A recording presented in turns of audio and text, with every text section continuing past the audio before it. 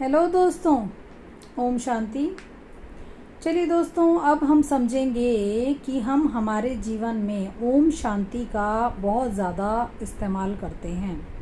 ओम शांति क्या मतलब, इसका मतलब क्या? देखिए दोस्तों, ओम शांति ज़्यादातर जब कोई मरता है ना, तो उस समय हम एक वर्ड यूज़ करते हैं, रेस्ट इन पीस, यानी कि शांति में गया या रेस्ट कर रहा है। तो इसका क्या मतलब है? यानी कि जब वो शरीर में था, क्या वो रेस्ट में नहीं था? क्या वो शांति में नहीं था? दोस्तों, असल में ओम शांति, या हम मंदिरों में ज़्यादातर जाते हैं तो ओम शांति का मतलब भगवान से रिलेट करते हैं ओम शांति को। लेकिन भगवान ने खुद नीचे आकर हमें बताया कि ओम शांति तो मैं हूँ ही, परम धाम में मैं शांत स्वरूपी हूँ, क्योंकि मैं शरीर में नहीं आता। तो परमपिता परमात्मा ने कहा कि ओम का जो अर्थ है ना दोस्तों, ये वेद शास्त्रियों ने बहुत ज़्यादा ओम को लंबा चौड़ा कर दिया है और हमारे लिए इसको समझना मुश्किल कर दिया है। लेकिन असल में ओम शब्द अपने आप में बहुत आसान है, जो बाबा ने हमें बताया कि ओम अगर हम इसको संधि करें ना, तो ये होता है ओ, आ प्लस ओ प्लस म मतलब मैं, अ मतलब आत्मा, ओ मतलब हूँ, मैं आत्मा हूँ। शिव बाबा ने हमें बताया शांति, मैं आत्मा शांत स्वरूप हूँ। अब दोस्तों देखो, आत्मा कौन?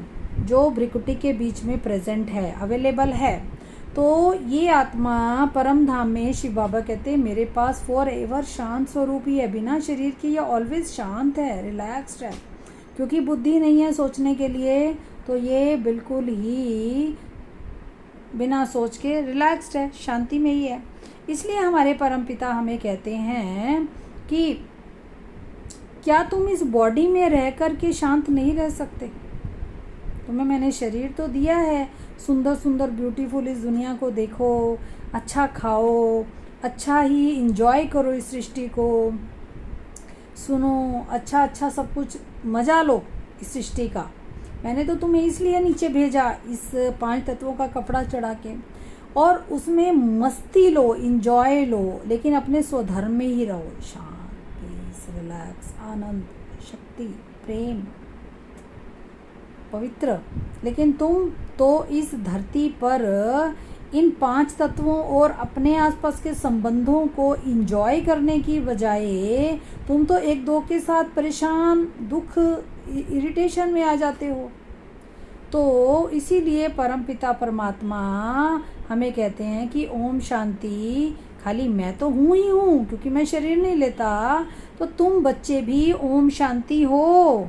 यानी कि इस शरीर में रह के ही ओम शांति रहो, यानी कि शांत स्वरूप अवस्था में अगर तुम रहोगे तो अंडरस्टूडली तुम्हें ये दुनिया, ये पूरी सृष्टि बहुत बहुत सुंदर लगेगी, जिसमें डर का नाम निशान नहीं, जिसमें खुशी ही खुशी, आनंद ही आनंद, प्यार ही प्यार, सुख ही सुख।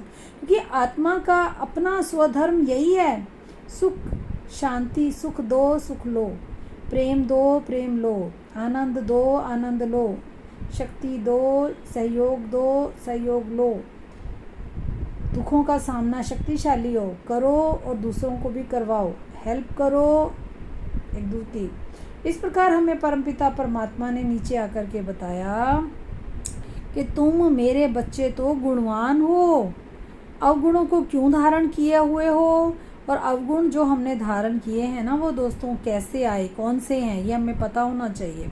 तो दोस्तों, जब द्वापर से हम काम विकार में यानी वाम मार्ग में गिरते हैं ना, तो उस समय हमारे जो ये असली गुणवान आत्मा है ना, ये काम में गिरने के कारण क्रोध, फिर गुस्सा, क्योंकि काम हमें सामने वाले दूसरे से चाहिए, अकेले से तो काम नहीं हो सकता ना।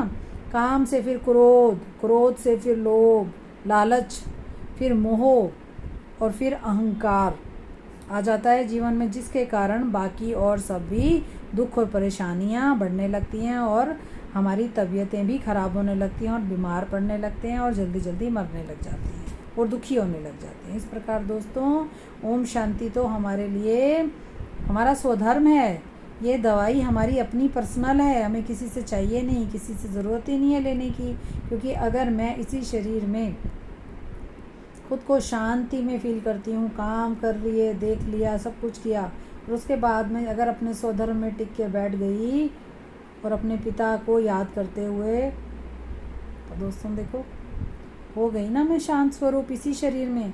तो मुझे रेस्ट इन पीस शरीर से अलग हो के ही क्यों, मुझे तो शरीर में ही रेस्ट लेना है, लेना चाहिए। ठीक है ना।